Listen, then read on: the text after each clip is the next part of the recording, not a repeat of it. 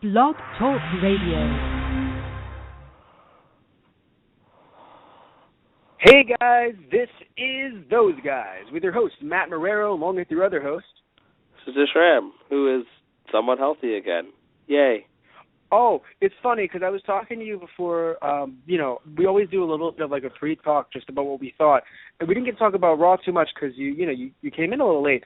So I was worried you were still sick because it's funny. I was sitting there thinking, oh God, and even like talking, I'm happy you're feeling better, but I'm thinking like, wait, did he not like Raw or is he sick? No, I mean, Raw was average, I think, to be honest. You know what's funny? I'm sorry to interrupt. I feel like Raw had that amazing, or a really good, in my opinion, opener, and then had a really good closer, and then in between had some moments that made you think, wow, but then others that really were a little bit lackluster, where I want to give this a B. I want to, but I feel like I can't. But C+ is appropriate. Yeah, like a C+ is more appropriate. I'm just being straightforward. I think average for Raw, average is up and down. And that's, I don't know how I feel about that. It was funny. We heard going into the show that they might make some changes that based on the whole NXT thing. Which clearly did happen. Yeah, that there would be some really, really big change. Like, I don't really think there was that big of a change. I mean, there were some things that were done better, but I don't think I can sit there and attribute it to like, that was because of the NXT survey. So I think that was a whole lot of hogwash. Oh, you mean no, it wasn't just an NXT survey. I was confused. Yeah, no, the general survey, because they had a lot of different surveys out there. Correct. I don't think that I don't think it's an immediate thing. I think it might also continue. It might be a thing where they're kind of settling everything up, and then after TLC, it's going to be like, they're going to try here and there. I do think there was a little bit of stuff that was okay. I think that tonight they were trying to go for a bit more of that mid-2000s attitude of just like, oh, we'll have some stuff, be set. Like, I think maybe they came out of it with the whole, maybe they think we're watered down as a product, so let's have Roman Reigns say this. Let's have Jack Swagger and ADR duel with chairs like lightsabers. Let's have a 16-man match. Hey, you want to say we're doing things that are too much like status quo? We don't have 16-man matches. Tag matches. So I was wondering if they were trying to, but the problem is that in other places, right? They kind of went back to a status quo, or even a little bit worse, where it's just, Jack Swagger and Stardust started during a commercial break. Mm-hmm. And we had a lot of commercial breaks in the opening match. I actually didn't realize that. It's really funny. No, a lot of people did too. I was reading up. A lot of people did too. I didn't realize it at first. I realized the bad commercial break, which was when the family, if that's really their name, came down, right? They came down. And then just commercial break. And I thought, oh, that's good. Like, what are you doing? But still, I don't like the idea that it's just like, well, because here's the thing, right? The idea of, no one knows what's going on, that's good sometimes, especially when people like you and I that have been watching for a while can predict everything. So I feel like it's this weird, like, catch-22 where it's just like, I need to know everything that's going on at all times. Except that it's fucking predictable. I don't know what's going on. This is horrible. I can't even make heads or tails of it. It's kind of like, pick one. Because I have to admit, not knowing what the hell was going on at first was pretty cool. I mean, I do think that the opener was really good in the sense that they really were trying to just, throw everyone out to kind of make you think, like, wait. Like, it wasn't a quote-unquote clusterfuck in a bad way. In my opinion. No, I think the only thing is the entire opener took up a lot of time. And because of that, there were a lot of commercial breaks, and that disrupted the flow for me. I think that's what it was. I think that the problem is they know when they have to do their commercial breaks, and this was the one that they said to be damned, damn it, we have to do this. And because they did it the way that they did it, it kind of threw off the flow because I would argue, maybe that's why you thought there were more, or other people did too, thought there were more than usual because usually they'd have the opener, commercial, a recap along with maybe someone else coming to the ring or some kind of promo or interview, right?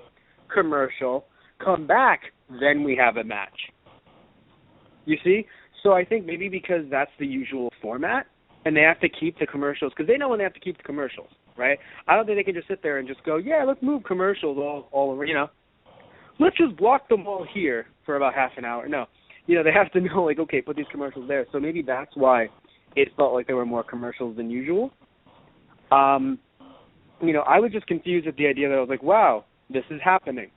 But in a good way, a good confusion. Because you have the Wyatts come out, right? And the Wyatts really threw me, for a loop there, because you have League of Nations with the brand new opening, by the way, brand new, entrance music. And you got the Wyatts come out. Like, what was your thought when the Wyatts came out? I think the crowd, cheered really, really, really, really loud, and I was really pleased, because I liked that, the whole idea of, hey, what the hell is going on? And, we've got the League of Nations here, complete with theme song, by the way. That's what I was saying to you before, complete with theme song. And then we've got another heel group out here, and it's like, wow, this is kind of nice. It made me think Shield Wyatts, which was fun. And we have them out there, and I love the idea of Bray Wyatt basically saying, hey, everything has to go through me. As if we hear all these rumors about, oh, Vince McMahon likes everything to go through him.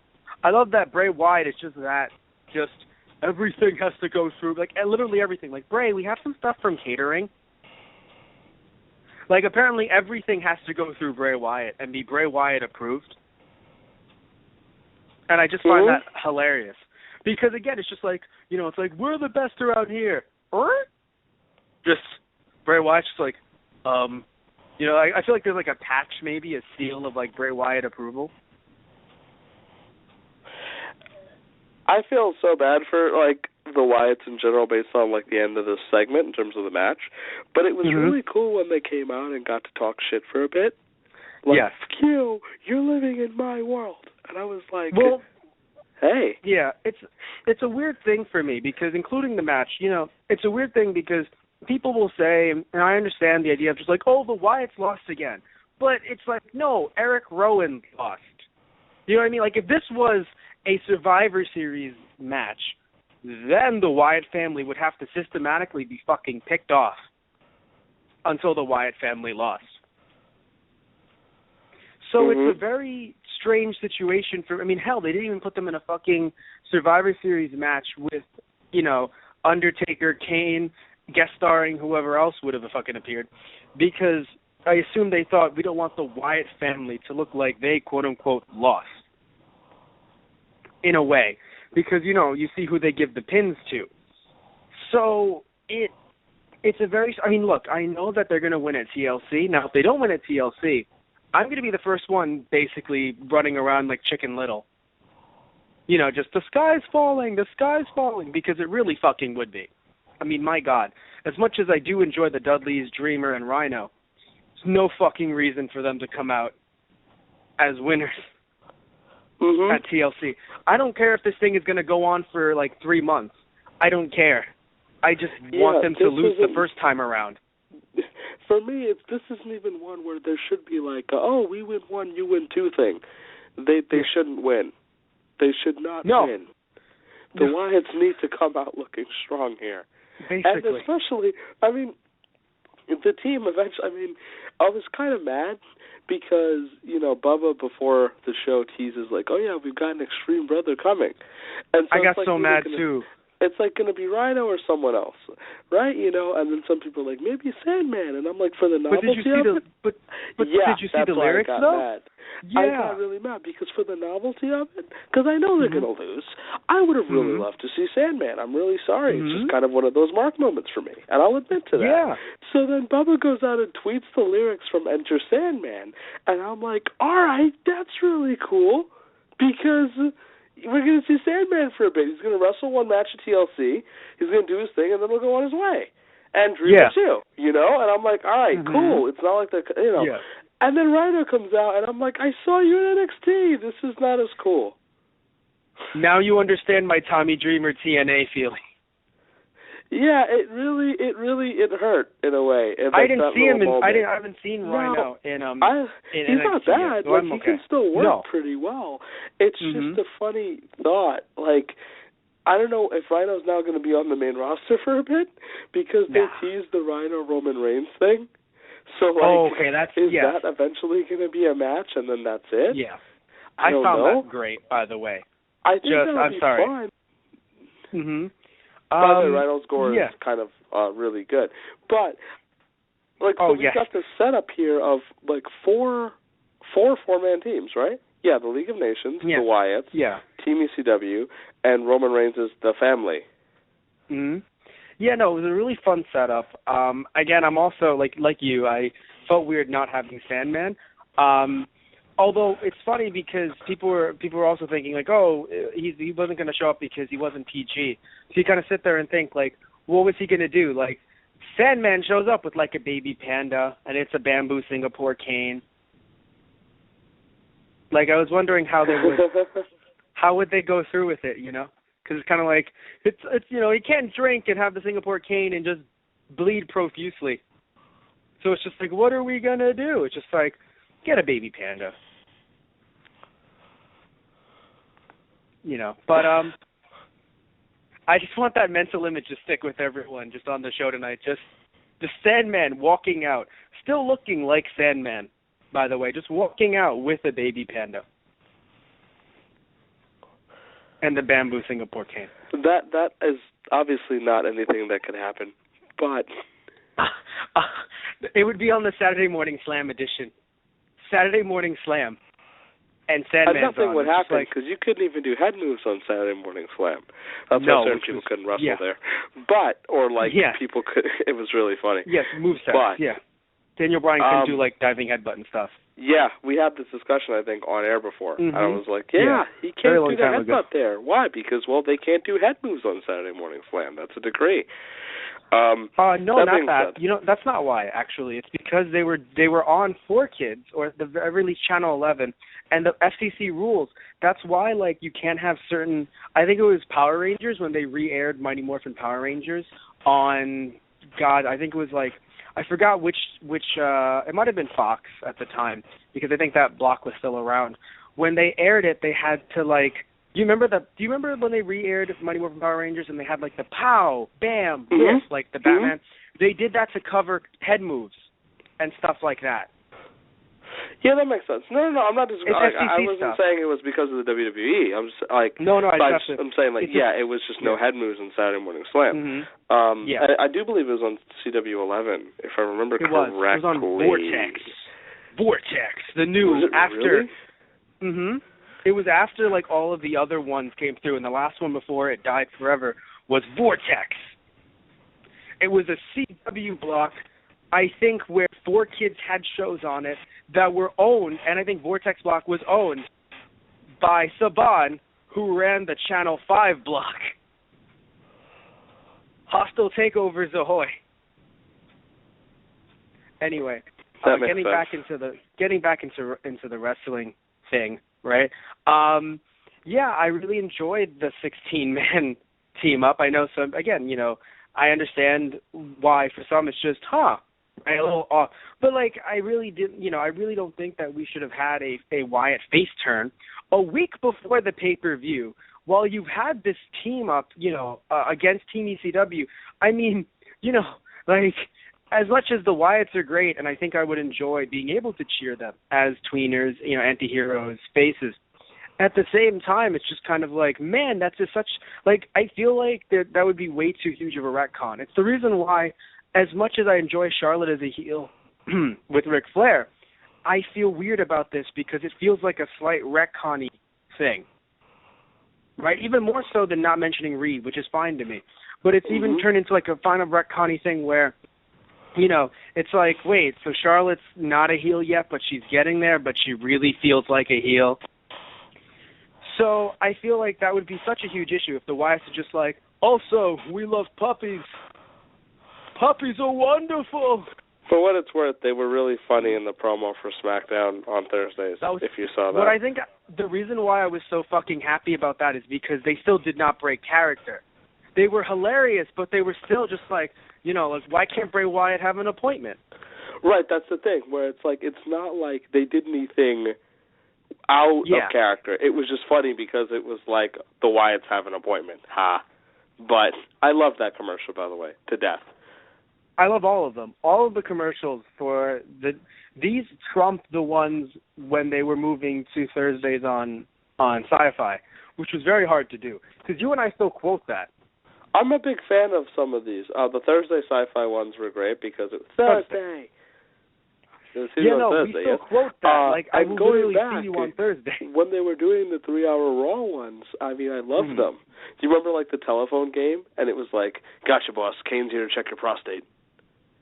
I don't think I was there for that. It was spectacular. Because remember, I was on and off at the time. Yeah.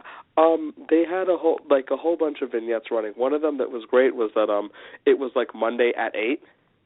Mm-hmm. So, because it was, 3-hour Raw. So it was like, Mondays at 8.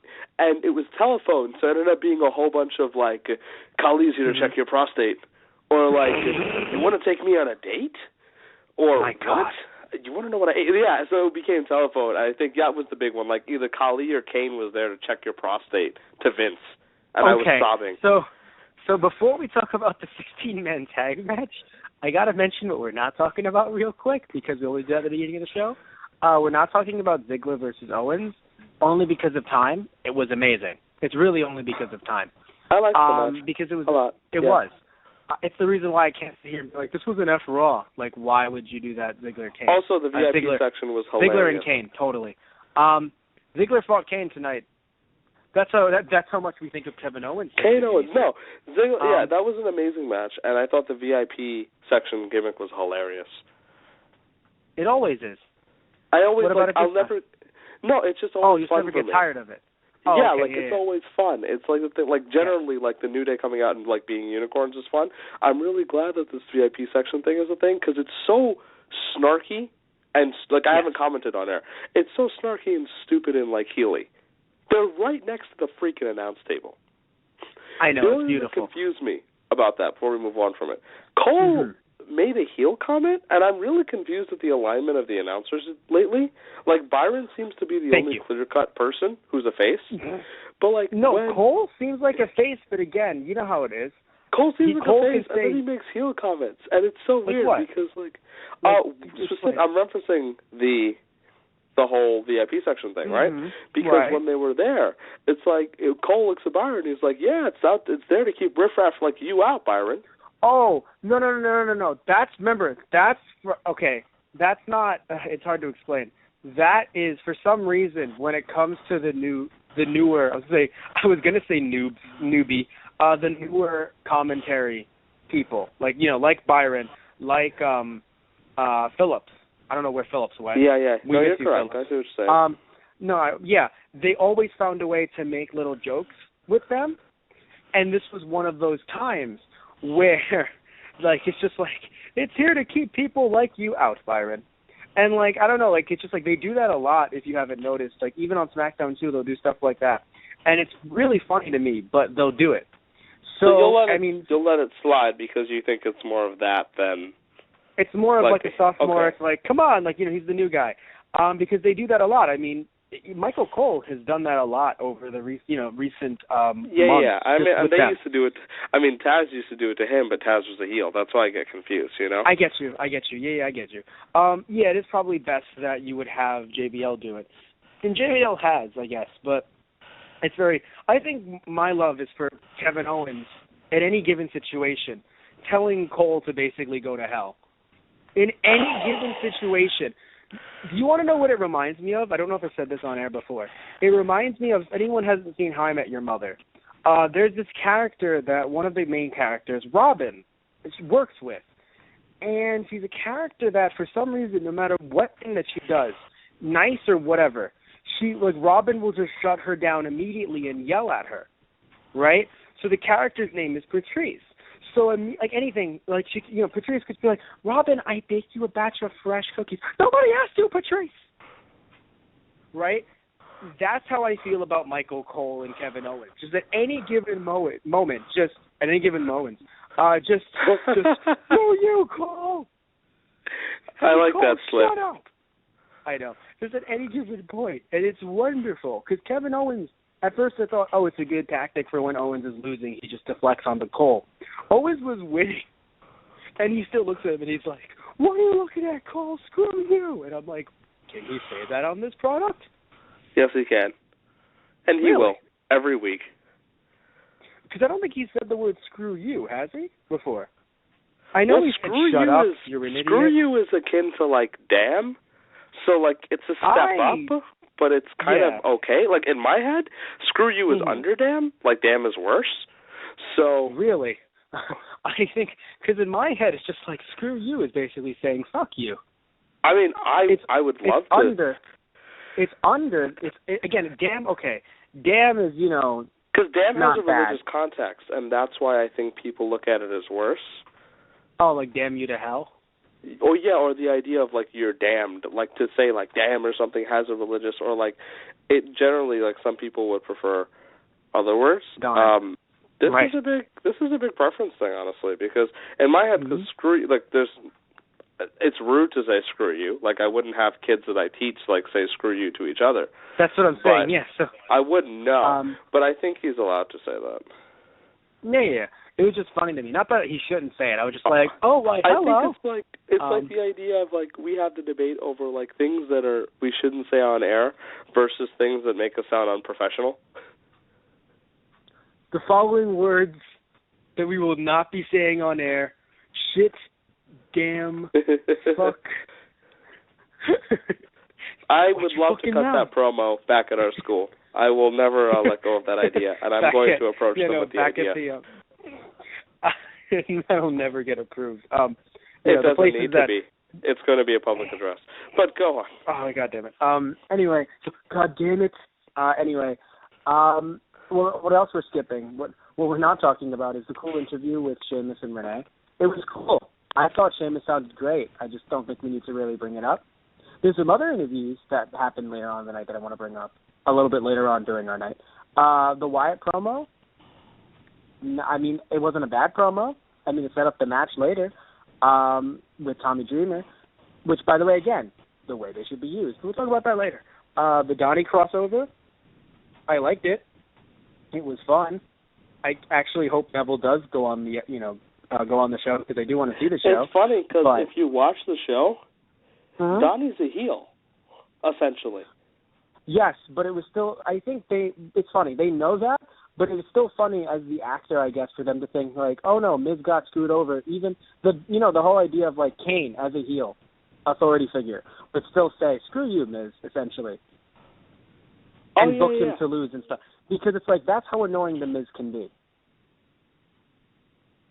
We're not talking about New Day versus Lucha Dragons.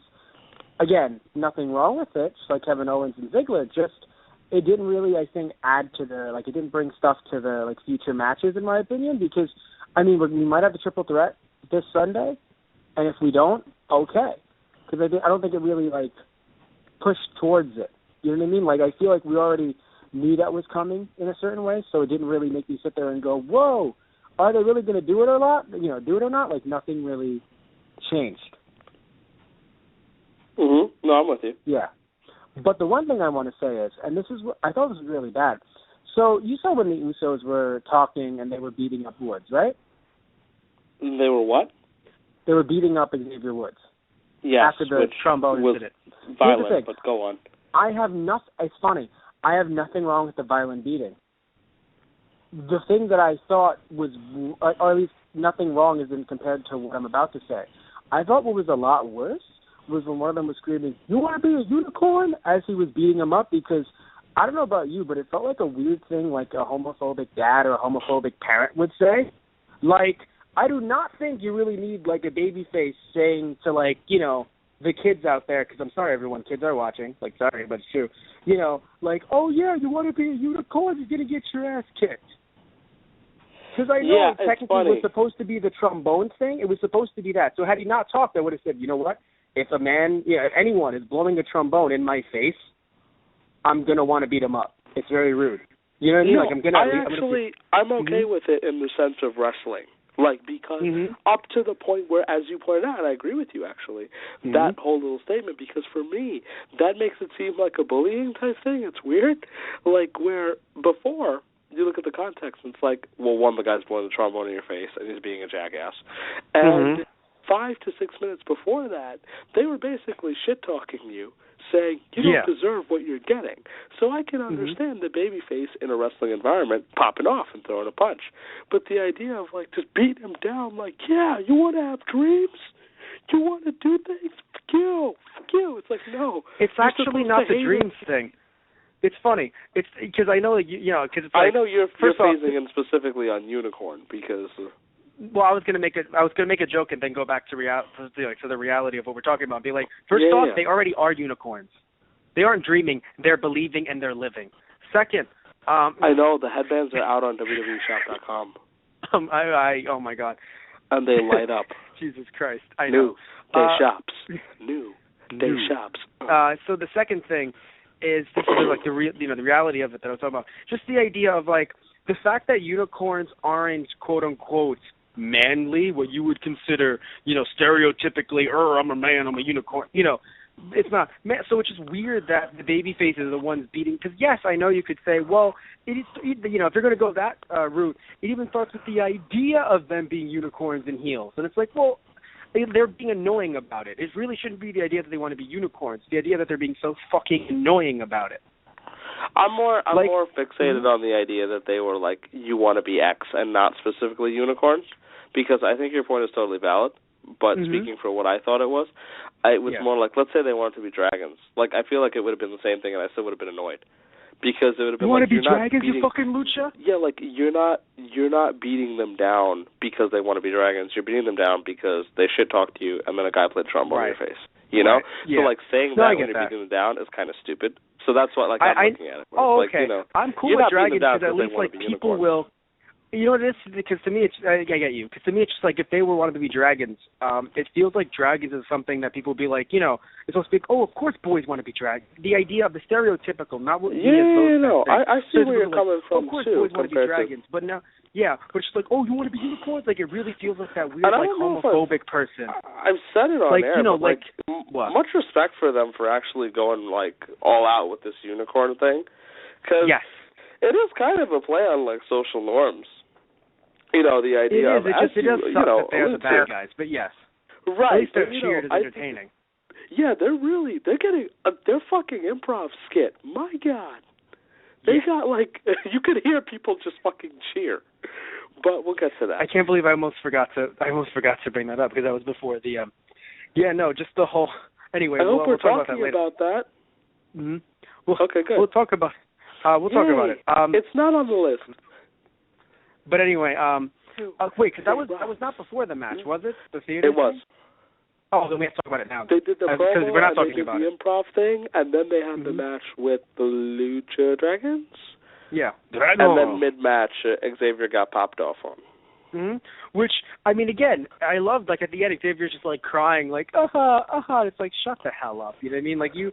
You can fight a real match, come on. you're not, So, that's, I understand it. But, again, just, I really have to, push it till we talk about the promo. Just the idea of, you could have really, in my head, my head could auto-replace it with, what, you want to wear a dress? And it's just kind of ooh, you know what I mean? You want to wear makeup? Ooh. I don't know, it just felt it really was just you're not going to good places with the phrase, maybe we want to be a unicorn while you're violently beating up a man. Maybe. I can see why you would interpret it that way. See, that's what I'm saying. Because it was just, I don't know, there's certain things where it's just if he was Birdman, it's what, you want to be a bird? Fly away now. It doesn't have to be a gender-specific thing, but when it's unicorn, it's just that hurts. Not that I want to be a unicorn. That hurts. Because, it just feels like that general, I am beating you down, son, because you are different than me. Well, a recent animated show had a scene where somebody haymakered a unicorn. So, to this point, well, in that show, the unicorn was also an ass. Can fight. Yes. But anyway, so unicorns have been too good for too long. That's why everyone is portraying them as assholes now. Before we move on. Canada. Jesus Christ, before we fucking move on. I want to say... shirt. Fuck no. Okay. The Corns have had it too good for too long. Don't you dare. Don't you fucking dare. Oh, I thought you were going to put, you know who got it too good for too long? Canada. No, that's from Fairly Odd Parents, so I actually can't claim that joke as my own. Okay. I don't know if you remember but that. Anyway, I now I do. But, you know, I really enjoyed, yes. I really enjoyed, you know, their theater skit because they were like, theater. And I was like, are you fucking serious? No. Hello, we are the New Day. We will save you, Cat. Are we talking about it now or later? Because I want we have to talk about it later. Okay, well, because I don't think I have it on the actual because I skipped the match. Well, in that case, it was really funny, and it was just so stupid. The idea of one, I love the setup. Biggie is a tree. Kofi is a cat in the tree. It's not. Of course, I love it. He's not even on his shoulders. He's on him like he's got him in a sleeper, and it's hilarious because it's such a horrible portrayal of a cat in a tree, to the point where Kofi on the tree is basically at Xavier's eye level.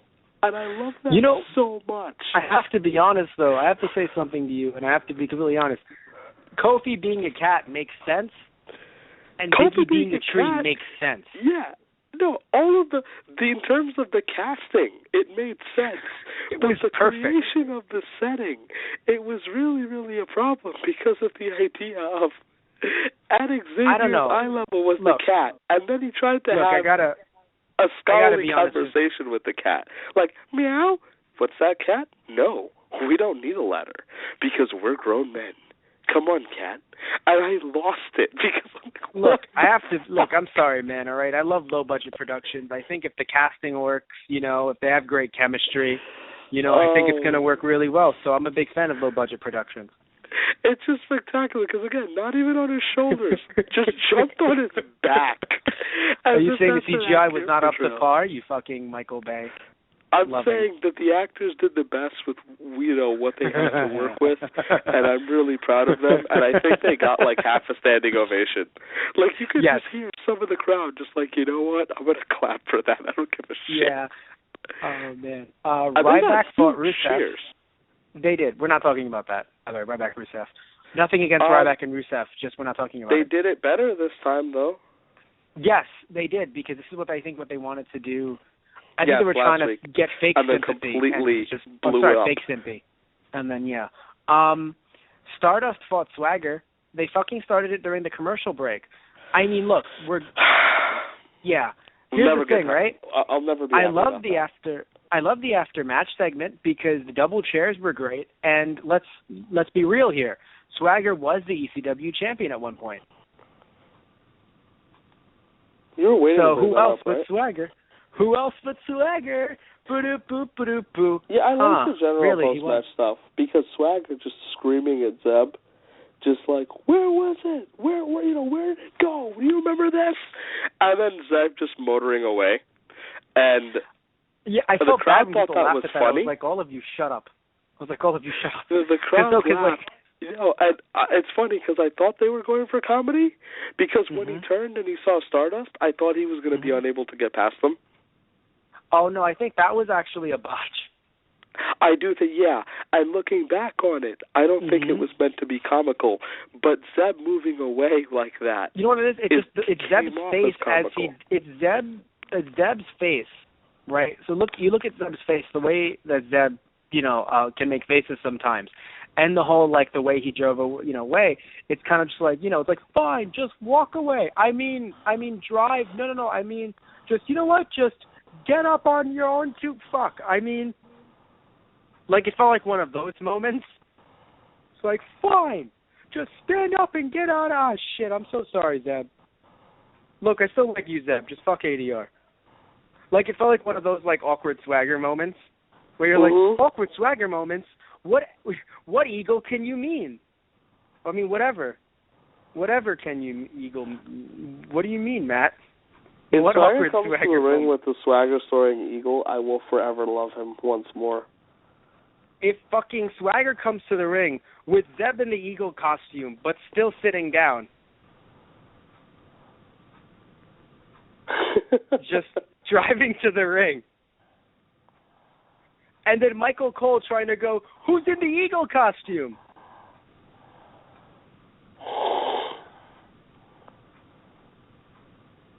We love Zeb, though, so much. Like, that's why I was kind of, like, sad that people were laughing in a way. I'm like, guys, no. It's not meant to be that way, I think.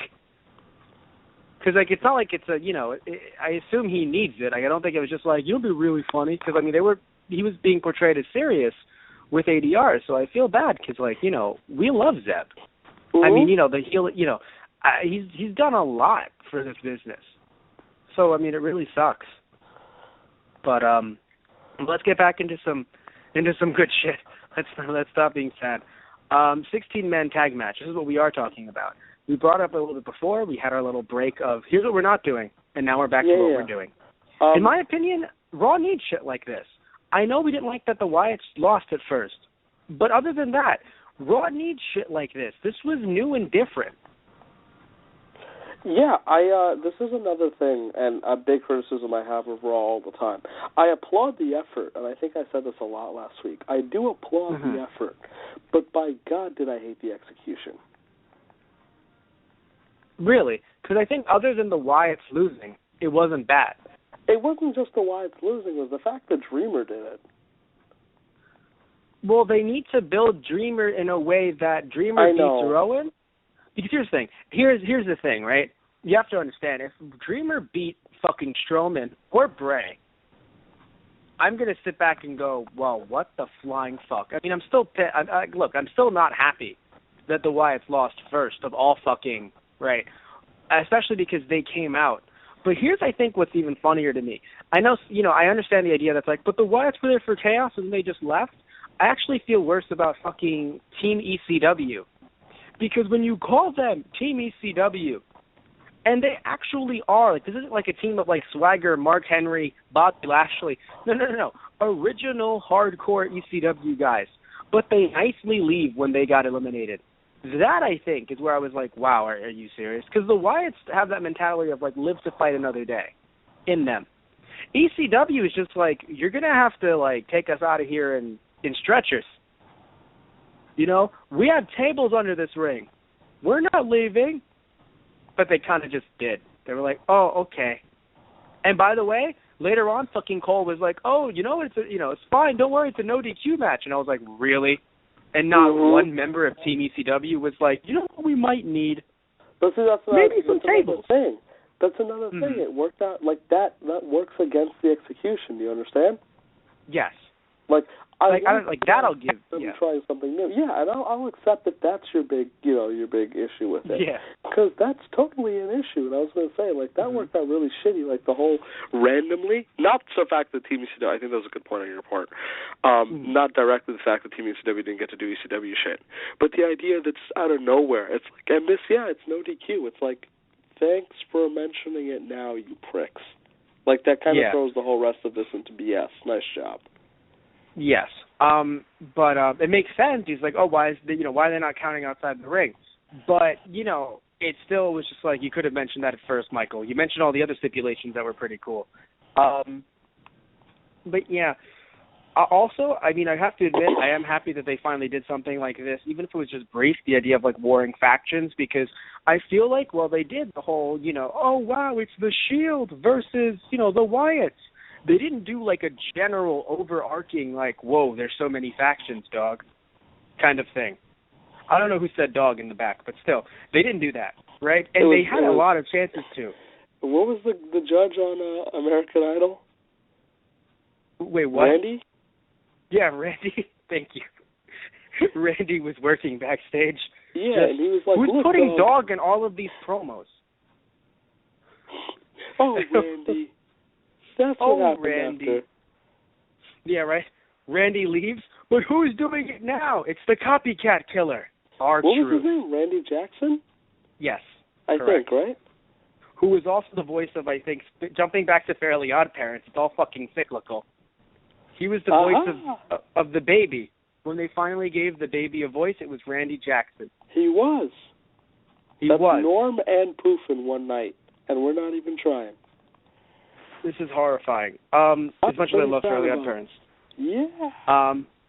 Anyway, so yeah, I feel like they haven't done the warring factions thing, and it is a little bit sad that they do it now, where it's like, no, we have all the factions that you love, like the League of Nations, Team ECW. Like, I feel like it's when you go to, like, certain stores, and you're like, man, like the bootleg stores, and you're like, man, I want to go buy, like, these Avengers.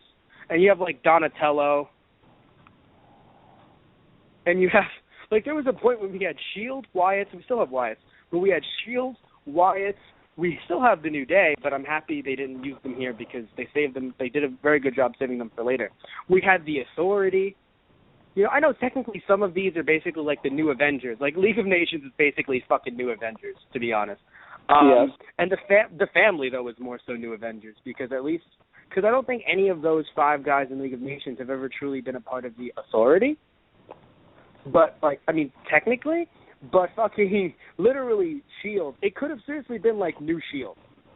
And I would have been fine with that because it's just like New Nexus. You can totally tell that fucking New Nexus was basic, and Core and everything was based off of, hey, comic books, man.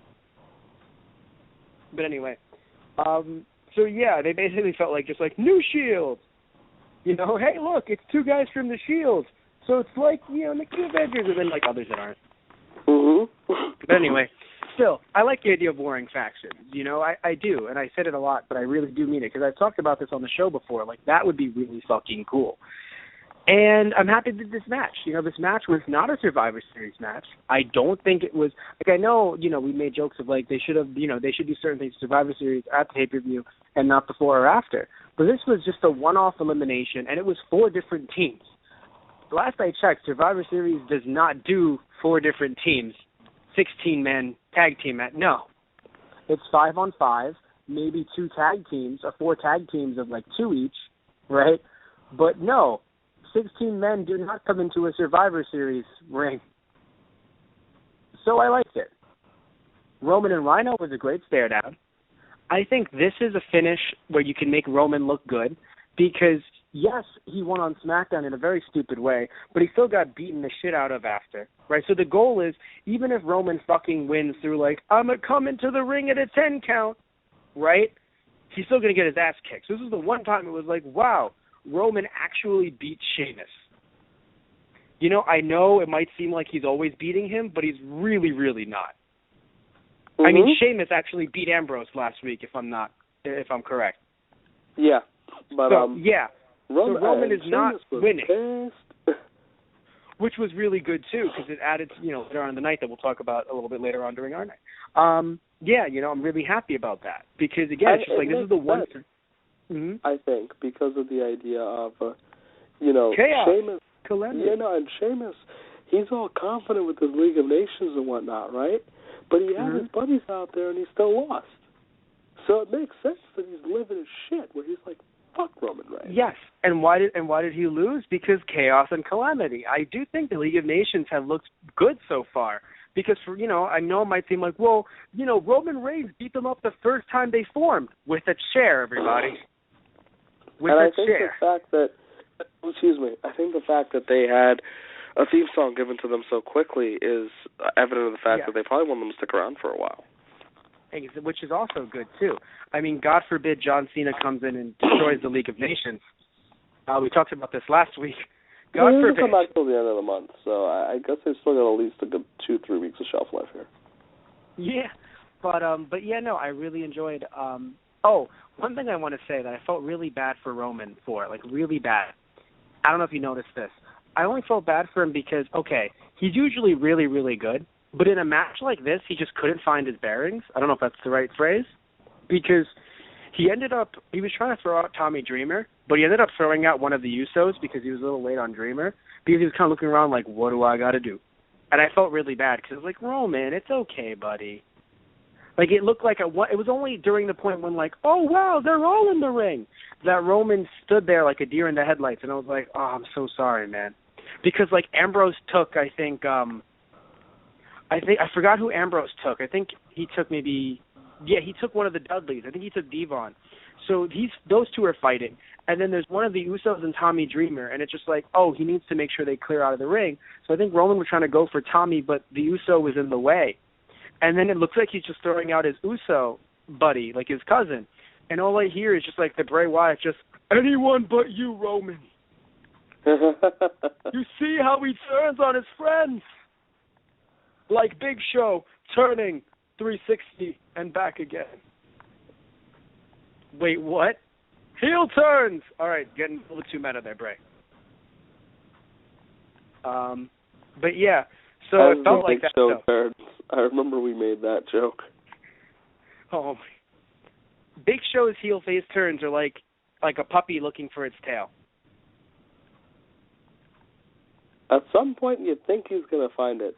All I know is he's punching everyone in the face with knockout punches along the turn.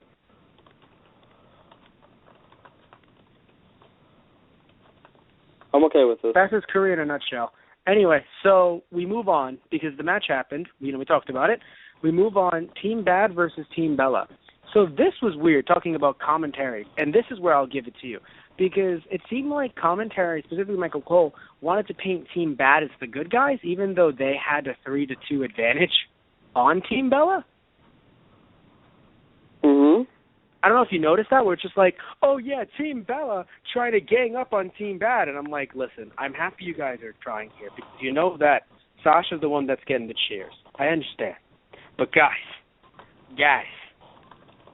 you know, like, that's literally like saying, these stupid Dudley boys, come from Michael Cole. How dare these Dudley boys, this is when it was just the two of them, try to gang up on the Wyatt family.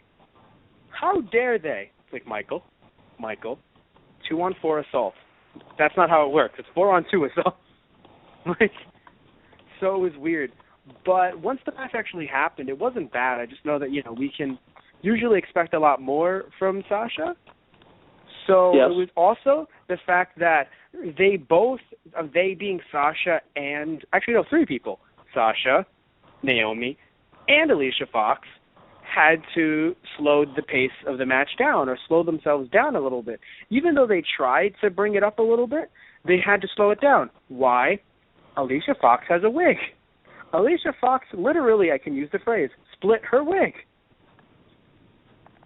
That fade to black, that quick cut to black, was not a usual wardrobe malfunction that may happen that they cut to black for. Alicia Fox's wig fell off. That makes sense.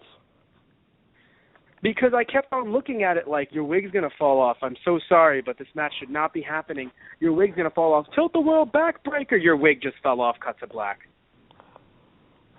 And then she had it adjusted for the rest of the match.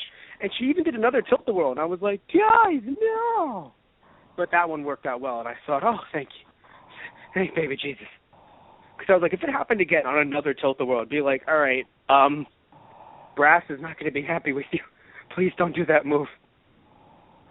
But yeah, her wig fell off. But again, why put her in a match? Because she's wearing a wig. So yeah. Mm-hmm. But she was in the match, and you know what? Team Bad, they won. So hurrah. I mean, what do you have to say about the match before we kind of... I mean, I liked the aftermatch stuff more, honestly. Yeah. Yeah, because they actually fucking acknowledged, which immediately turns Bad completely heel, as if being Bad, Team Bad wasn't... Right. But I really like that, because they come out there and first Team Bad is like, hey, what the hell? Because I guess they're not supposed to acknowledge, like, their off-screen, friendship. Even though I got so mad, because Michael Cole fucking did, and I was like, are you all fucking serious right now? Michael Cole's going to announce, hey, they're friends, and then someone in creative direction must have told them, like, oh, what, you coming out for a fight because you don't know them? I was fucking furious.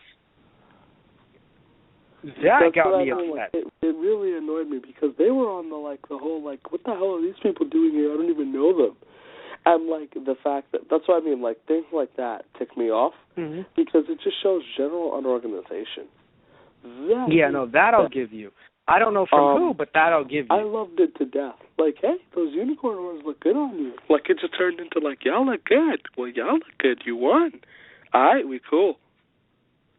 And then fucking Sasha twerking, and I was like, I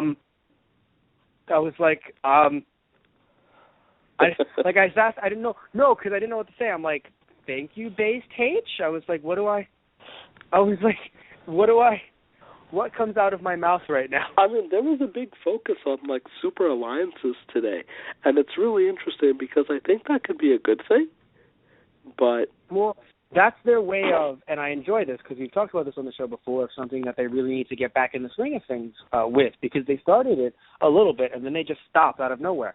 The idea of, hey, guys, even, when these people go to the back, right, they don't just, like, get into a pod and just, like, shut down, sequence, initiating, and then sleep until the next Raw. They actually do things backstage. And I know it's like, Matt, they always have interview segments. Yes, but always the interview segment is usually about, what's going on in your life, Roman? Not so, Roman, what do you think about that Dolph Ziggler-Owen stuff, right? And I know that didn't happen tonight. But still, I do like the idea of just, you have Team Bad out there, and you have the New Day come out. It's just like, hey, we have the unicorn horns. How about you guys have it? We hang out. Yeah, we do. Woo-hoo, and party. Right? Because it's like, guys, why not fucking do that? You know what I mean? You have all these fucking teams around. Even if they're not like factions, you still just have a lot of different people around, right? What I thought was going to happen, which I have to admit, while I understand Roman and Sheamus being the main event, obviously, right? And I do like that the Wyatts got their win back on Tommy Dreamer, obviously. I do think that the 16-man, opener was a good way of saying, hey, we'll let other people do things tonight. Because think about it. If that opener didn't happen, we would have had a longer set of Wyatt stuff going on with Team ECW. We would have also had more League of Nations stuff happening. I mean, yes, we got Rusev and Ryback, which is getting, that's I was like, I understand it, but we could have just given them a promo. Rusev probably shouldn't have really fought. But still, it did give at least Ryback something to do. You know what I mean? Where I just feel like on a night that we wouldn't have had 16-man tag, we would have had everyone else in different matches. And because of that, it would have just been like, like other people that we did see would have been pushed off. So it's a really good night, I think. And it shows you that even without double duty, still, 16 guys were there, and we still had enough. So anyone that, that might think, we don't have a lot of people on the roster, we really, really do. Because without double duty, we still could have had fucking, we had Darren Young, one half of Primetime Players. We still had Los Matadores, which I don't know where they are, but, again, we hope we find you one day. We still had Adam Rose. We still had Slater. I mean, we still had Zack Ryder. We still had, I'm trying to think of who else, The Ascension. No, you're good. There are a crazy amount of people who are employed right now. Yeah. 16. And we could still go on. It wasn't about like, who are we going to fill? No. 16, and we still had room. You're supposed to have 16 people or less on our show, in my opinion. And we had 16 just there, chilling. But anyway, so we had, so I really liked that segment. The whole team back, and New Day. We then had the Roman Reigns promo that I have to admit, I thought it was great. The whole interview with Renee. I thought he did really, really well. I thought it was more, is organic the right word? Maybe? Yes. But compared to his usual stuff, yeah. Organic as fuck. Yeah, like he seemed to have a lot of fun doing it, and it really rubbed off on the promo. Where it was like, yeah, man, like if he's going to sit there and tell me how to braid my hair or something, I'm like, I'll listen, but otherwise he's kind of a dunce. And I'm Roman Reigns. Yeah. And I was like, all right, cool. Like it was good for what it was, and I liked it. Yeah, no, I mean, it really felt like he had a lot of fun with it, and it's good. I felt like the crowd, I know, like, I don't think the crowd at all, like, dulled throughout the night. I think they were just really, like, on point. I like the crowd. I think they cheered for the things that I cheered for mentally, too. They cheered for the opening standoffs.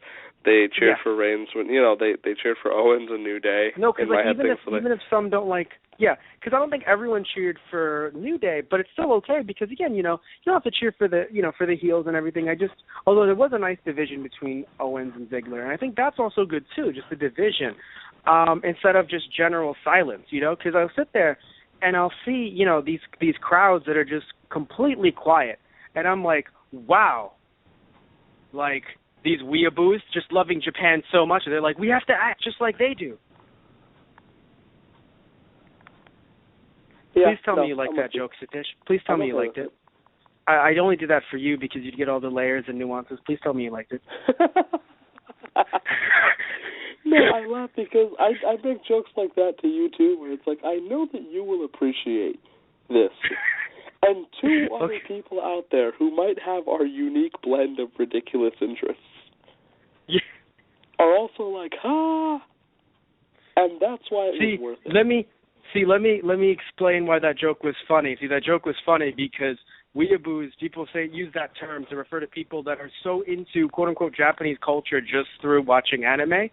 So the idea that there's some wrestling fans that are so into quote-unquote Japanese culture just from watching pro wrestling that they're just like, oh, wow, the crowds over there are silent, so we're going to be silent too. And then that's the only reason why they're silent. They actually really, really love Monday Night Raw. They're just watching attentively. Also, the reason why I explained that joke is actually because it's based off of translator's notes and Japanese anime fan subtitles that explain the joke. So that's why I explained that joke as well as this joke. Matt has a lot of anger in his soul. We can't talk about that right now. We have to talk about Raw. I have a lot of anger in my soul. Miss TV. If we're talking about Raw. Miss TV.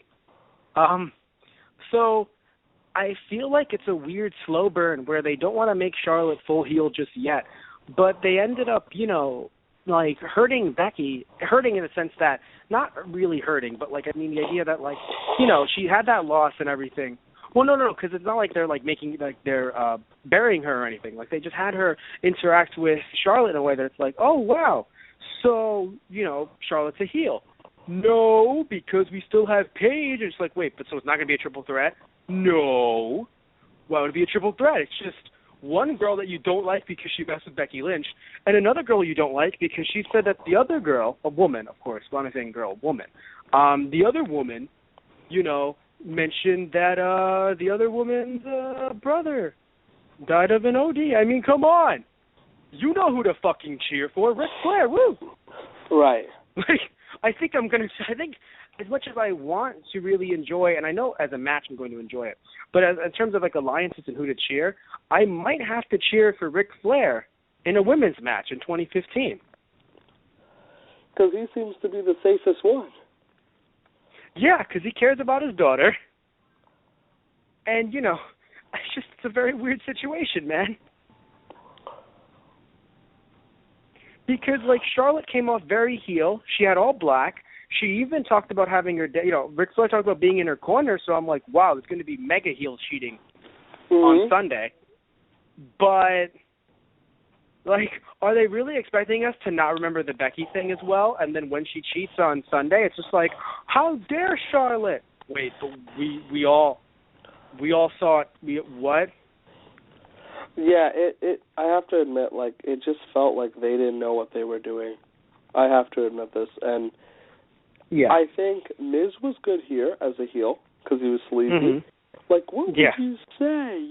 Come on, what would you say? Because she's not here.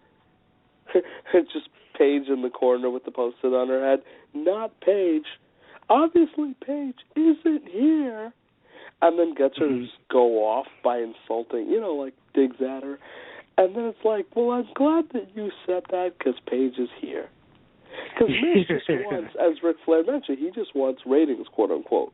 Like he just wants a big deal. And so Miz played his part excellently here. Charlotte was confusing to me because I guess, as you say, they're going for the slow burn with the heel thing. And that makes it a bit more understandable. But the problem is that they already put her up against Becky, which, like, that should never have happened. And no real involvement from Becky this week made me disappointed.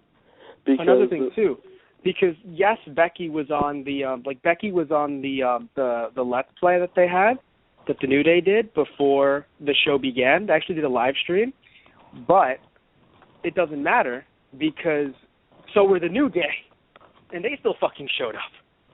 So, like, I wonder if they were going to, toy of doing a triple threat, and they thought, no, we should save that really good match for later, maybe even next pay-per-view where Paige is somehow still in the title picture because she got screwed, right? And it's just kind of like, but guys, also, it's so weird to me that the idea might actually be, we turn Paige heel, right? She's shitting on Charlotte. That was her heel turn. That's horrible. But then actually turning her face, meaning that she was right all along. Like, that's really fucking weird to me. Like, a heel should never be right unless we as smarts see little things that they're right about. Like, okay, like Punk had some points where he was right. We sit there and be like, wow, Punk has a good point there. But he would also do some really mean shit. Like, we never got our fucking ice cream, right? So in that way, we're like, wow, that's right. Go fuck yourself, right? So you look at that situation, right? And you're like, yeah, no, he still sucks. You should have never had a point where Punk turned face because everything he said about The Rock was correct. Mm-hmm. You know what I mean? Like, we never should have really had a point where Punk turned face because everything he said about John Cena was right and then John was wrong. I mean, I do like, in a way it is different, and I kind of do like the nuance, but the thing is that, like, no, I think this one actually works a lot better, closer to Paige and Charlotte. Punk never should have turned face because everything he said about Undertaker and Paul Bearer was correct. And then Undertaker turns heel. It's like, no. How about we don't fucking do that? Mm-hmm. Right? Because even though you might say that, the whole Reed thing has been kind of buried, swept under the rug, I get it, right? Like, we're not talking about that anymore. Shh. But it still did happen, right? Unless you're going to edit it out of the network, which would be pretty cool, but you're not. You're going to keep it on the network so people can see it. And then it just didn't happen anymore. And then a month later, Paige is a nice person now because everything she said about Charlotte was right.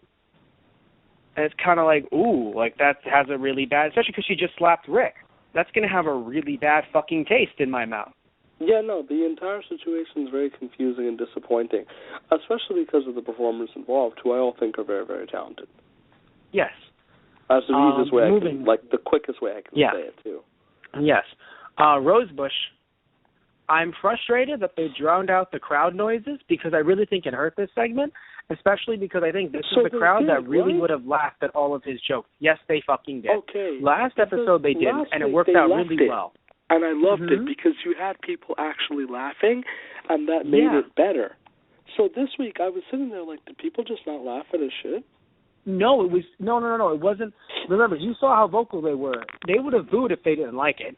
There was nothing whatsoever. It was just they muted everything, and it really hurt it because I do think that the jokes were actually funnier this week, and I do think that the crowd would have reciprocated. So that was bad. So also, it's very hard to say whether or not the jokes or the character or the segment is getting over because you don't hear anyone jumping in. Like, I don't really understand. Like, if people laugh, it's like, good, it's getting over. If they don't laugh, sorry, clearly, it's not doing well. And it gives the people at home, be like, oh, because, I hate to say this, but when you have a laugh track on the show, sometimes people will laugh with the laugh track because they're trained to. It's scary, but it's accurate, right? It's kind of like having people laugh in the crowd kind of does make you feel like, oh, okay, cool. So, yeah, I'll laugh at that, But for some, but you don't have that laughter there. Now, I will admit, I do like a sitcom that doesn't have a laugh track. Sometimes the laugh tracks in sitcoms are way too fucking forced, right? But this is organic laughter. It's a bit like SNL in a way. Imagine if SNL was done with like a studio audience, but the whole audience muted. No, I agree. It would really be bad. Yeah. You can do it with no audience whatsoever, but like the audience muted is kind of just like, what if Adam Rose paused because he heard laughter? And kind of you're at home and you're like, ah. well, like SNL, when a character, when an actor pauses because everyone's laughing in the crowd. If you didn't fucking hear that, they're just pausing there awkward for like 10 seconds, and you're like, what the fuck? But yeah, I thought it wasn't received well because of the fact that there was no crowd noise, and I was like, but it wasn't that bad. Like, did they just mute the crowd noise? No. So I'm glad that you confirmed that for me. I am, because I was really confused and disappointed. Yeah, same here. So moving on, okay, they found a way to, in my opinion, to give ADR actual heel heat. They had him it's the ADR and Zeb Coulter segment. They actually had him turn on an old man in a wheelchair. They did it, right? Because for me, as much as I do think ADR is great in the ring and he can be great on the microphone, he's been a little bit of like Del Rio in his latest run. So MDR. You know why I like this segment, though? Exactly what you're pointing out. Or, sorry to interrupt, adequate Del Rio if you want to keep the ADR. But go on. I'm okay with that. It wasn't the fact that he just turned on him verbally, because I think that was a big thing against him, where he would just shit-talk everyone before as ADR, and I would find that boring. When he put the chair right? to his face, I was the happiest person, because that was a threat. Like, it's one thing where it's like, you're a fucking pedo, and it's like, great, everyone's just pedo again. But, like, he freaking brings the chair to his face, and I'm like, yo, that is a defenseless man in a wheelchair, no matter what he says. And then he threw the thing, and I was like, while he was already driving away, and then when I was like, away, wow. And he knocks everything over, and it's like, whoa, hello. Yeah, no, like, he's an asshole. He's a piece of shit. Good job. The only problem is that this is the same Raw that you had the Usos. Even though David Woods is not a defenseless old. By the way, I just realized the guy with fucking Woods, the last name, was not a tree. Well, yeah. Why would he be? Fuck that. Anyway, so, But that's the kid with your whims, Matthew. Oh, come on. Think about it. Hugh Jackman is always a Jacked man. Come on. Why can't Big E live his dreams? Because he's not Big T. Yeah, well, they couldn't afford Mr. T. They had to get earlier in the alphabet. Get with the program. I would laugh so hard. I'd be like, I'm a tree sucker. All right, cool. We got Mr. T. Creed came out recently. That's not... No. Anyway, but what is it? I hear it's good. I would watch it. No, but that's not relevant, sort of. Right? Because T was Clubber Lang, right? Correct. It's not relevant. That's not relevant. I mean, somewhat, but not exactly. That's like saying, you know what's been really good? Mike Tyson Mysteries. Because, the M, Mike Tyson, and Mr. T. That's right. You get it. They've both been in WWE, see? Oh, my God. Anyway, jumping back into the fucking product. Yeah, we were talking about the product. You talk about ex-wrestlers Mike Tyson and Mr. T. And Jesus, I love when I do that. Hugh Jackman, who was also in the WWE match. So all Hugh Jackman. You're working really hard here to mention old, former WWE stars. Hugh Jackman versus Big Ass Mick Strongman. In a match to end. Big Ass Mick Strongman to me. In a match to end. Go on? No, that's the tagline. Really? Yeah. In a match that's supposed to have an end. But will it? We don't know. These two men will fight in the back. Damn it. WWE fucking made rules. And they still found a way. This match will have a conclusion. And they made it. Because WWE. To not have a conclusion. Yeah, boy. So Dreamer fought Strowman. And I actually thought it was the main event until I wrote, wait, no, it's just a squash. Because you have to understand, Dreamer and Strowman happened at 10:48. So I'm like, wait, what? I would have been happy if it was the main event as long as it was promoted as such. Because I know it might be Tommy Dreamer in the main event. Well, yes, but Wyatt family in the main event. Beating Tommy Dreamer in the main event. But I doubted they were going to make this an actual match, and they didn't. But hey, they won. So, haha, everyone that thought the Wyatts were getting buried, even though we still have a pay-per-view match. But this also happened, so ha. Also, that thing, too, by the way, where it's like the Wyatts lost first, right, is an issue. But the whole, like, the Wyatts lost, there are also, like, 12 other men in this match. I know Dreamer fucking did it, which I understand. It's just like, but why? But 12 other men are in this match. So it's a really weird kind of, like, you know. But anyway, jumping back into, so Reigns and Sheamus had a segment. Now, I wasn't into Reigns' early promo compared to the one earlier on in the night. Like, the earlier lines that he said. So I didn't hate it, but it didn't really draw me in like the one earlier. The tater tots thing was only really bad, I think, because of Reigns' laugh at the end. Because I don't think Reigns understood. His laugh made him sound like Goldmember from Austin Powers. Because I didn't realize why I didn't like it until it just hit me right now. Wow. Like he sounded like the Irish one can't take a hint. Like that's how he just sounded when he did that laugh. Oh God, that's really funny. You hear it now. I hated the laugh. Mhm. And now I know why. Good, you too.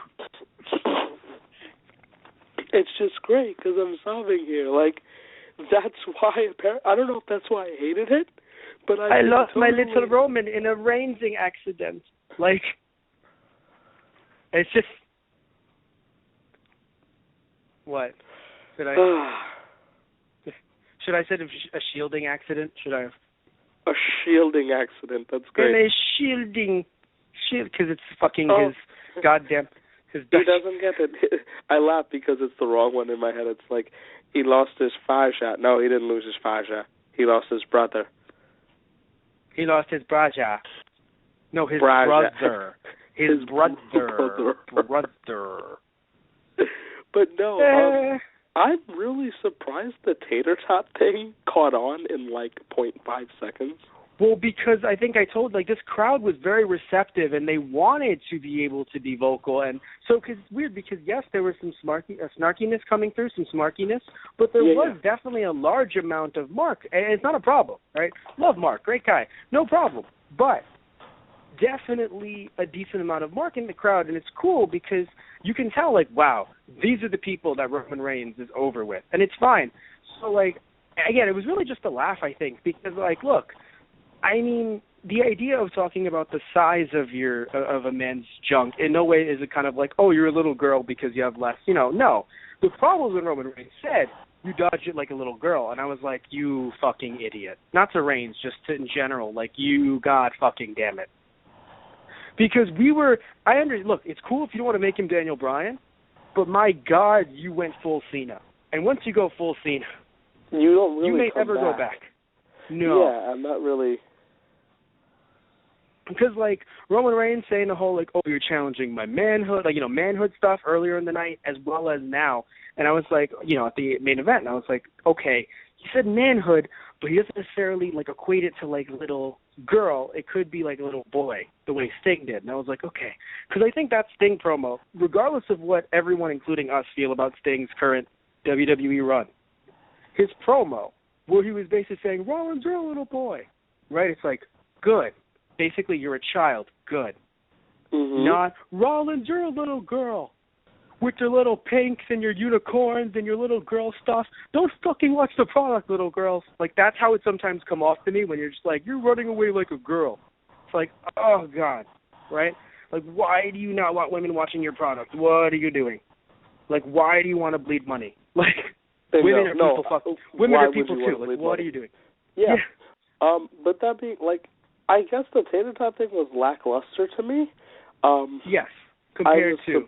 Right. I mean, like, I didn't think he needed to have, like, a big, like, moment there. Like, I didn't think he needed to pull out, like, this amazing word. But, like, it was lackluster to me. I was just sitting there like, I can't believe the crowd's chanting this. But you're right. They were really receptive, and I respect them for being receptive. And I think they wanted to find something new to boo Sheamus about because they hate him because he's a good heel. And, I mean, hell, even smarts, that are trying to, like, we try to act like we're above, like, like, oh, we see everything. We are all seeing, right? Even us, we're just like, Fuck Sheamus. I don't want to see him as champion. Right? You know, he's good on the mic, I think, but it's like, and in the ring, but like, I don't want to see him as champion for a while. So, and a lot of people feel that way. So he's a good heel, but at the same time, you know, people have only been booing him over his general, like, hey, you know, I mean, hell, look at him earlier in the night. Like, well, he's good on the mic. Some of the stuff that he's even saying about himself, like, so, you know, how can I be stupid if I'm the champion? Like, that already feels stale. Yeah, so they 2 weeks in a row now. Longer because of, like, other shows, too, because that's the problem. They're on Raw and SmackDown. But anyway. Oh, that's true. I was going to say, well, I said 2 weeks in general. So it's still sorry, 2 weeks, I thought you said 2 Raws. My bad. Yeah, I thought you said 2 Raws or 2 shows. But what my bad, yes. I know what you're trying to say because he's bet it on 4 shows then. And it's just okay. And longer, too, because, I mean, he said it the day after he won. This is the 3rd week. Yeah, so this is now 6 shows then, because 3 weeks. Yeah. Yeah. Not all 6, but definitely a decent amount of them to be like, oh, God. Like, I know you want someone to shut up if they say something over and over. But still, it becomes a thing where you might not even want to watch, you know? Like, sometimes X-Pac heat is not staying and watching them die heat. It's just like, I can switch over to something else heat. Anyway. But, yeah, so I do think they wanted something new because You Look Stupid is already kind of like a fact. They're like, what else can we... So, you know, tater tots. Wow, that's easy to chant. I think that, too. Like, the crowd just sat there and thought, wow, tater tots is easy to chant. Why have I not thought about this before? Right? Why have we not? Wow. But, yeah. So, yeah, I mean, I admit, you know, I wasn't sitting there like, yeah, fuck yeah, tater tots. I think I was just excited that the crowd was excited because I feel like in another town it would have been like, you know, oh, yeah, with your tater tots. Tater tots. Whoa. Right? Like, you would have heard scattered tater tots. Like, scattered. Like, it only would have came through on the mics because of the fucking wind. Just carrying the sound. No actual fucking, but I was actually excited. I was like, wow, the crowd is excited. This is actually fun. I remember when crowds were all excited. This is nice. I don't know where they are, but just stay there for about a good month. Just film all your shows there for a good month, NXT style. Just fucking do it. But yeah, so we're at, you know, but that was lackluster, of course. But the after, like the actual fight, I think was a lot of fun. Also, the whole Sheamus, like, will he, won't he get in the ring, I think was also pretty funny. Because minus that girl comment, it really was funny, where it was just like, you know, like, oh, but you're going to hit me with the chair? Like, it felt like kind of like, oh, wow, Grandma, what great big whiskers you have. I don't know why. Or just like, that porridge is too hot. That porridge is too cold. Like, it felt like one of those situations, and I don't know why it made me laugh so hard, but I really enjoyed it, up until the whole, like, you dodged it like a little girl. Also, sorry to keep on jumping in, the whole Roman Reigns throwing the ladder, I know he was a football player, but that was really fucking unsafe, in my opinion. I mean, I'm not good at throwing, but you know what I mean? I'm sure. I assume it was a rehearsed thing. Not rehearsed, but like they knew exactly like what they wanted to do there. Yes. But man, did that scare me a little bit. Yeah, because like throwing stairs and throwing, like John has thrown stairs, and I've complained because like, oh my God, that's brutal. And throwing a chair, it's not okay, but. Well, here's the thing. I don't refer to it. I'm sorry. Let me rephrase. I'm not saying he threw ladders at Sheamus. No. Fuck Sheamus. Again, I'm not going to say. No, you're talking about the actual act of throwing the ladder. The crowd is what I'm referring to. Like they were right by the entrance ramp, and the ladder, while bigger so that it might not bounce as much as let's say like a chair or stairs, is still also a lot bigger, longer. So it's just like we got to be careful. And I'm sure they were careful. I'm sure they tried it out. Because, he threw it, in the middle of the ramp. Yeah. He does throw it towards the middle of the ramp. And Sheamus dodges accordingly. Mm-hmm. So I know. I was okay with it. No, it scared me on, oh, God, what if it did hit someone? Like, that's kind of like the whole, it's just like the whole, guys, you don't need to be taking that kind of risk right now. The whole fighting in the crowd, you be throwing Sheamus into countless garbage cans, that works. You know what I mean? Like, you know, you have the staff saying, hey, get back. You can't get back from a ladder if it goes over the barricade and hits you in the head. Because it's not even like they told them to go back either, like in other like indie shows or WWE shows where they're like, get back, this is going to happen. No, just the ladder was there and people were kind of just in the front row. And I was like, okay, you guys want to take that risk? Okay. I think it was executed fine for what it is, but I understand why you'd be afraid about throwing a ladder. No, it was executed perfectly, in which case I give credit to Roman and to Sheamus. And, you know, to whoever, I mean, I'm assuming they practiced it beforehand. Just when it happened, I sat back and thought, I mean, okay. You know, because I told you, I've been to indie events before that I really enjoyed, but, you know, I've had some issues with barricades and stuff. So not on me personally, but with some friends. So kind of a situation where I sat back and went. Like, your buddy got hit, right? It was, I don't want to talk about it, you know, on air, but it was a situation where a friend of mine, you know, a barricade was not set up a certain way, and in other words, at all. And usually it's fine depending on the event. You know, I mean, hey, look, old school ECW, they wouldn't have given a fuck. I mean, I think we talked about this on the show where Tommy Dreamer talked about wanting to get shot once. I think it was on the show. Or it might have been you and me having fun. I'm not sure which anymore. Because we always have fun on these shows. Dreamer talked about on a podcast that he wanted to. No, he did. I don't mean if you and I, like, talked about it on our show or for fun, because that's just, I think it was for fun. But we always have fun on the show, so it's hard for me to tell. Dreamer talked about it on the podcast, so he wanted to be shot once for ECW, like a whole sniper's bullet angle. And Paul Heyman was just like, no, let's not fucking do that. Yeah, because he wanted to be legitimately shot. Yeah, and I'm pretty sure it was Terry Funk that said, you can't do that, right? And, of course, we all think, you know, voice of reason, Terry Funk coming in, which usually isn't the case much. We love Terry Funk. Terry Funk, you know, can be a little out there in a good way. But still, he said the reason why Tommy Dreamer couldn't do that is because his dad already did it in a Texas, like, bull roper, like a Texas, like, death match. Yeah, Texas death match, where his dad got shot for real during a match. His dad being Terry Funk's dad. So it's kind of like, hey, guys, that was, like, you know, it's kind of, wrestling's fake. Guy got shot. Match went on. Career went on. Guy got shot. So anyway, but the point is that, so Dreamer did not get shot. But the point is, I don't remember my original point anymore. All I can think about is how, like, Dreamer didn't get shot. Oh, right, the crowds. Yeah. So, you know, so it's just kind of the whole mentality of just like, look, you know, wasn't like a straight bullet or anything, but I mean, I still don't know my point. My God, all I can think of is just like Terry Funk's dad got shot. Can you please tell me what my point was, Satish? That Terry Funk's dad got shot. No. My point when I was talking about, like, why was I talking about the crowd? What was I doing? The ladder and the safety of the crowd. No, I know the ladder, but I had a point. All I can think about is just like, Terry Funk's dad got shot. That's all I hear in my head right now.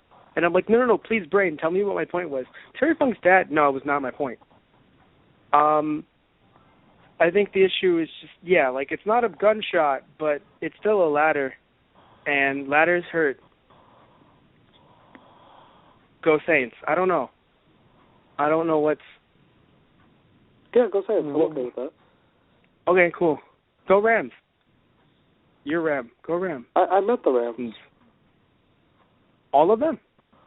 Or just the one? No, I met some of, you know. Yes. Did you tell them that you were? I did mention that my last name was Ram, yes. They chuckled. They chuckled. Anyway, so, yeah, after the beatdown thing, it was really fun, though. All jokes aside, like, it was a lot of fun. Mm-hmm. It was your old and school. I think it was a good go-home show. And it worked fine for TLC. It was. I mean, it was and what I also enjoyed was the fact that, you know, Roman did get to spear Sheamus. I was worried that Sheamus was dead. He looked dead. But I liked that Roman was also tired. Like, Roman didn't get on the table and go, ooh-ah, and everything. No, Roman is dead. Like, he's not as dead as Sheamus, but he's still like, ow. You know? It was really a lot of fun. One thing I want to laugh at before we end the show is, did you notice how when Sheamus was running to the ring at first and then he stopped, I sat there and thought, Sheamus, are you going to run up the fucking table? Because it looked like he was going to use... No, he can't. I think it would have broken. But it looked like he was going to run up the table as a ramp and then stopped. And I'm like, guys, what are you doing? But yeah, no, I really think it worked as a good go-home show segment, which is something we talked about in the past is pretty lacking. You know, the lacking go-home show stuff. It was average. Again, like I said this a lot last week, points for effort, points for trying. But in execution, really, you think the beatdown was average? No, I'm talking about overall. I thought we were talking about. Oh, of course. No. I mean, like the ending itself, of it. I thought was done well. No, because the ending of the ending of shows, go home specifically, have usually been problematic because they have not really been, you know, like as momentous. Supercalifragilisticexpialidocious, whichever one you want to use, hasn't been as big. It's just kind of go-home shows have just, you know, the ending segments have just been kind of lackluster. But I don't think this one was, and that's what I liked about it. This one actually felt like, you know, high stakes at the end. Yeah, it did, and it's supposed to. It's a big fight feel, especially considering that, you know, one of them just pinned him. Just earlier in the night. So there's some tensions are high, and Sheamus was pissed. So it worked out the way it should have. I was glad. It was a lot of fun. But so we would like to thank everyone for listening in. I'm going to go on my social media spiel. I really wish I knew what my point was. I know my point was like, yo, dangerous, but I feel like there was something else, some other nuance that I'm forgetting. Damn. Okay. And it wasn't about Farouk either. Oh, well. But anyway, we'd like to thank you all for listening in. We have a lot of different shows that we've done in the past. So many shows that we're not going to really be able to talk to them right now. But what I will say, talk to you about them right now. But what I will say is where you can find these shows, WWE shows, anime shows, video game shows, and more, right? You can find them through our main website, which is thoseguysontherradio.tumblr.com. You can also find them through our Facebook, which is /thoseguysontherradio, our Twitter, which is @thoseguysradio, our Instagram, which is /thoseguysontherradio, and I mentioned Facebook, Twitter, Instagram. Yes, you can find them in our main website. You can find them all through those websites, as well as through iTunes. You can go look us up on iTunes, search up Those Guys or Those Guys on the Radio, and we should pop up, and you'll see our 200-plus shows there. We are also on YouTube, so you can find our podcast on YouTube as well, constantly updating it with our newer episodes. You can find us TGOTR or Those Guys on the Radio. You know, make sure to watch, make sure to subscribe. And, because, again, we have a lot of cool content on there. Also, right, if you like Let's Plays, right, we also do Let's Plays. Don't we, Satish? That's right. I think we do. I speak. You've been on them. So it's like, you've been on them. You were on our first episode where we did WCW Mayhem after the PS1. Wait a minute. Was that Ratish Sam? No, it was Mad Braddock's. Damn it, I thought you were going to be like, no, it wasn't. It was actually, was it your evil twin, Matt? Named Matt Marrero? Dun, dun, dun. Yeah, that one really doesn't lend itself to much. Matt Marrero? But anyway, so, we've done Let's Play shows together. You can find those on TGP, Those Guys Play. That's our other YouTube account. And we've done a lot of different shows, also with a lot of different hosts that we've had. I mean, we've done Star Wars Battlefront. We've done Dreaming Mary, if you know that indie game. We've also done another indie game, Whispering Willows, really good. A lot of fun. You can, again, see we've done a lot of other shows as well. And also, you've made some really funny wrestlers' entrances using different WWE 2K and other video games with some characters that aren't created. That's what's funny. Like, you have your created character, but you've made a lot of really funny entrances with characters like The Big Show, Kane, The Rock, The Miz. And again, you can find, I've made some with The Ascension, New Day. I switched up the New Day with, the Wyatt family, and the Wyatt family with New Day. Even with 2K16, the newest video game for the PS4. So, and I know you're getting yours soon, so I can't wait to see what you concoct. But with what you've done with other games, Satish, you can see Satish's work on our Let's Play channel, TGP Those Guys Play. So that's our YouTube stuff, and we're done, Satish. All right, 1 o'clock again. Yeah, would you like to say anything? Yeah, would you like to say anything before we end the show? We're getting better at this. Sort of. But what's funny, we got better, and then we had to slow it down, and then I had to jump back into it. And it just got overwhelming, and I would stutter, and it'd be really funny. Matt, how long have you been doing this? 220-plus shows, but close to 2 years. We got this. We got it. So, good night, everybody. Say good night. Good night, everybody. Well, good night, Stish. Yay.